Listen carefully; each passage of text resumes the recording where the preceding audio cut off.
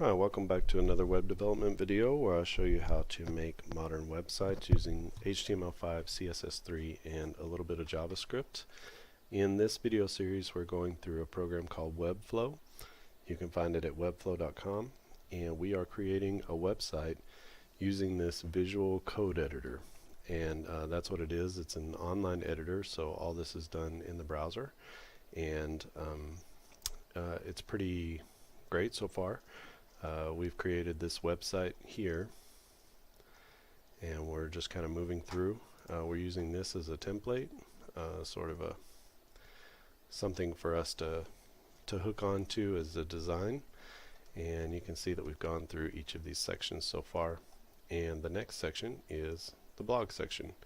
So we get another opportunity to create and use the CMS collections. So let's go ahead and do that. Let's go ahead and set up a new collection because we know that's what we're going to need to do anyway. So we take care of our data first, and this is going to be a blog post. And we'll just say posts, and you can set up some different things. So they have some predetermined templates that have the collection fields already that are common to each of these different collection types. So like if you have an author, similar to what we did with attorneys, or if you have listings or events or menus or songs, we are just going to look at the blog post ones. It tells you if you choose this template, then everything's going to be overwritten. We haven't done anything, so it's not a big deal. And then you can see here that what you get is the name of the post. You get the post body, the post summary, a main image, and a thumbnail image. And then you can choose, is this a featured post? And then you can choose if there's a color. Color, I think, could be attached to all sorts of things like tags, or maybe particular posts on your page are given a particular color. That way people can visually see, oh, this is a post about these things or these things. So we are going to remove this one. So you just trash it. I don't want to do features, and I don't want to do a thumbnail image. I'm just going to use the same image for the main part and for the thumbnail. We do need a post body, we do need a post summary, and then we'll have a main image. And what else do we have? We'll have a date and the author, and then we won't do comments, so we'll just leave that part off. We'll just leave off the comments. But we will do the post date and then the post author. So let's add a couple of new fields, and we'll say here, we'll say post.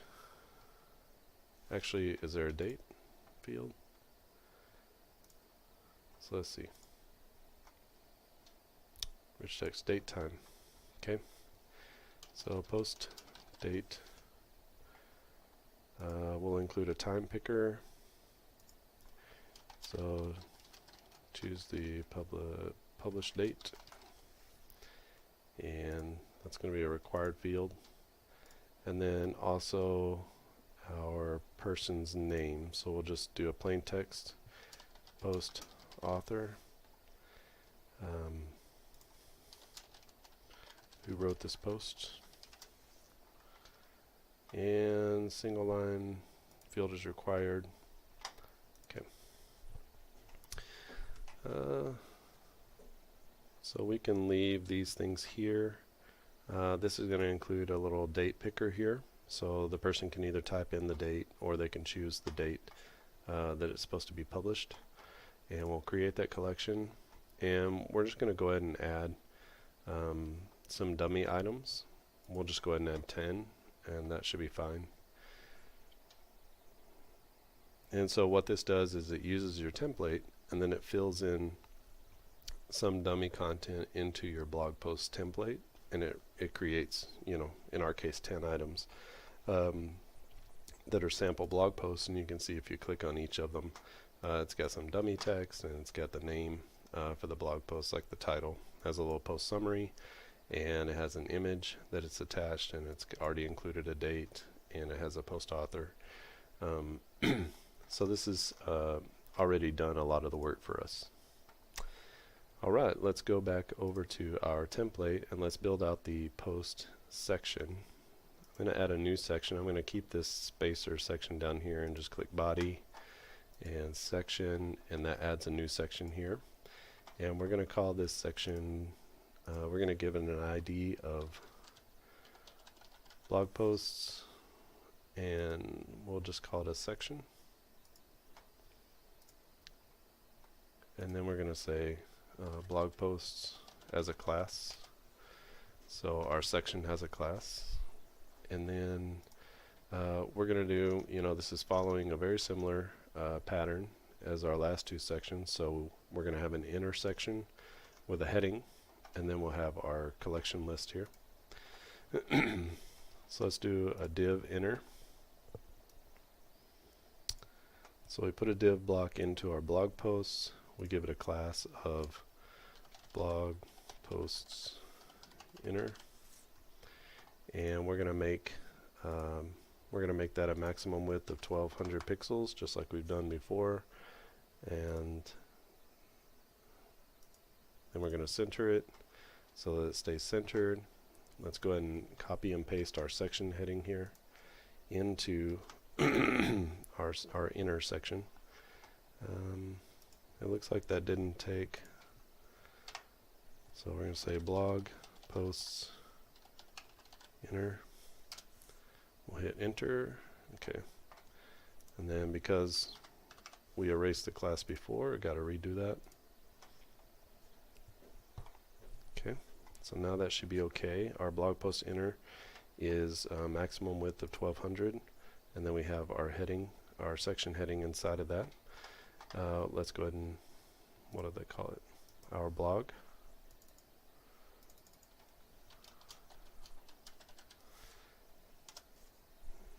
Don't need space. And let's go ahead and drag a collection list again into the blog post inner. Okay, so you can see that those take up, they stay within that max width 1200, so it gives us a nice clean line all the way down. We're going to connect this to our blog posts, and we're going to have 3 across. And I'll show you how we can do some limitations on this to only have 3 showing at any time, and we can do some filtering to display particular blog posts on the front page based on some filters or some different things that we've done. Let's go ahead and set the design of these this 3-up section. So we have the image, we have the title, we have the date, and we have the author. So let's go ahead and just set that up as an image. We'll drag our image in there. We'll set our image to be the blog post image, main image.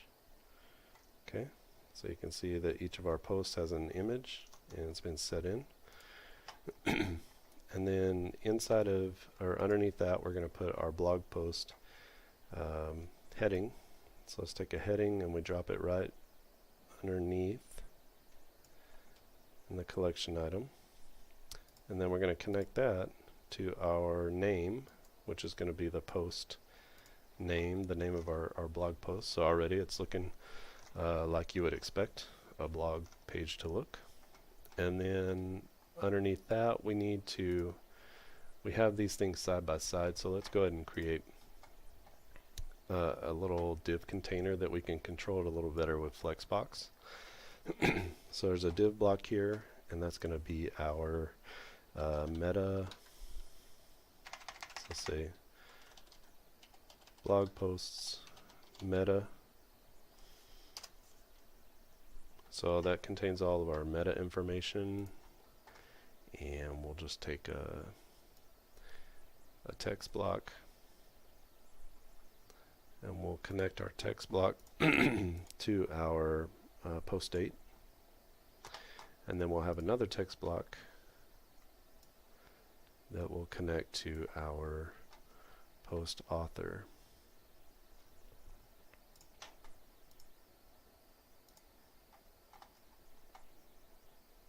Okay. I can see that we're going to have to make an update here. So let's just do this for our first three. The post author is just going to be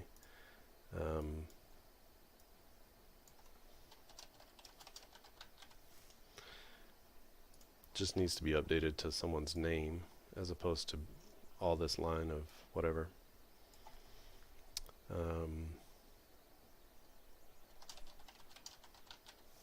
So John Norman is our social media guy. He's doing all of our blog posts and our SEO. So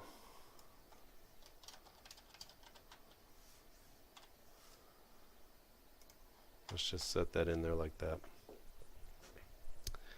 And then when we come back out to our page, we can see that John's name is in there. So let's take our section here, blog post meta, and we'll make that flex. And then we'll say space between, maybe? No. Yeah, space between I like.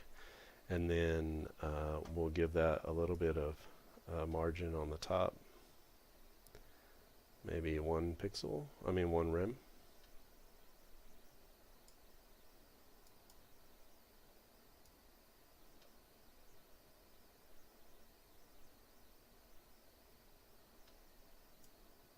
Okay. And let's figure out, this needs to be quite a bit smaller.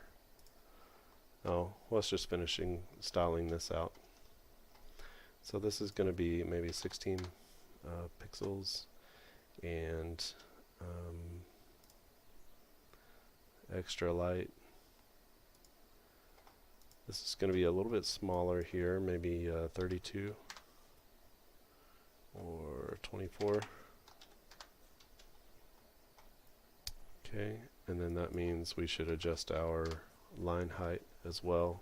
Maybe make that 32. Okay. Could afford to go smaller, but we're just going to stick with that maybe for right now.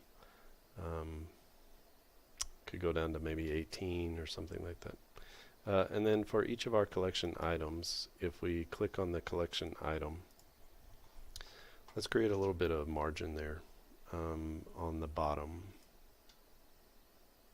Actually, let's not do that. Let's go ahead and do padding. And we can hold down Shift while we move our cursor here and drag the padding. And it creates padding on all sides. So it creates padding top and bottom. Let's do like 24.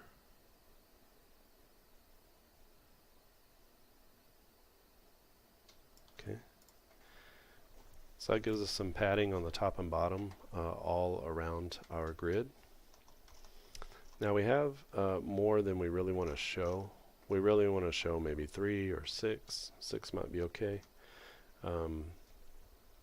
So let's go through and show you how to limit these collections. So if we go to our collection list, I believe, and then we click on the settings up here, we can limit the items. And so it limits the number of items that are going to be showing on this particular list. So we can show from 1 to 100, or we could show from 1 to 6. And then when we show 1 to 6, you can see that it got rid of all of those other posts that are underneath. We're going to have to go through, and because we want to do 6, we should redo our John Norman down here. And let's go ahead and copy that. That way we don't have to do that every time. So let's paste in and save and paste in and save. Okay. So now we have John Norman as the name, we have the date for each one of these. Okay, so we have a nice little blog section. For the collection list, let's go ahead and give it a little bit of space. Give it margin on the top of, I think we were doing 64.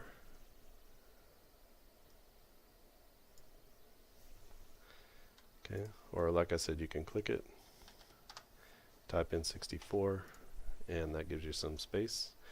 And then for our blog post section, we're going to say, what do we do here?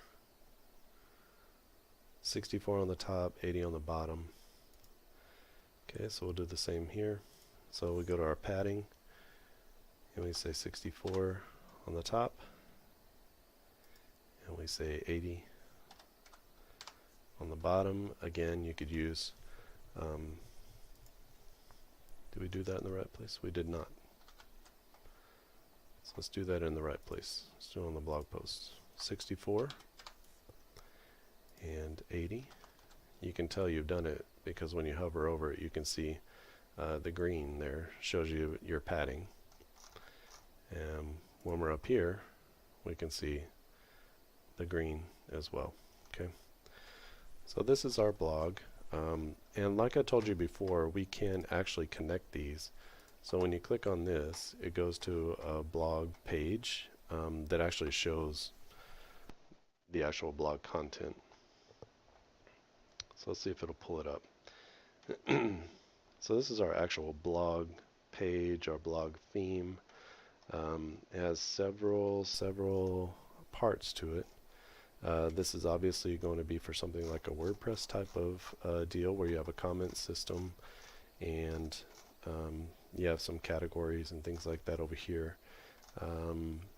I think I'm going to work on this for a new video, so I'm going to show you in the next video how to actually go ahead and set up the single page, because this is going to be a little bit more extensive than what I was initially planning. But it allows us to go ahead and click these things and then go through just like we did on the site just a moment ago. But if we look at it in our preview mode, we can see that this is our blog.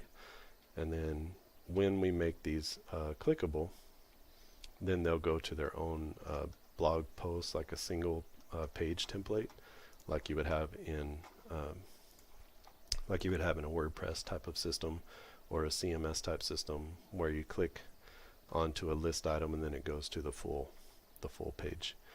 All right, that is our blog. And if you have any questions about this, please put them down in the comment section below, and I'll try to answer them the best I can. If not, move on to the next video, or if you need to get caught up, this is a whole series that we're releasing, so just go ahead and go back through the beginning and set up everything. You can get a free account at webflow.com, so you can go through this tutorial and try it out yourself using this video as kind of as a guide. But thanks for watching, and I'll see you next time.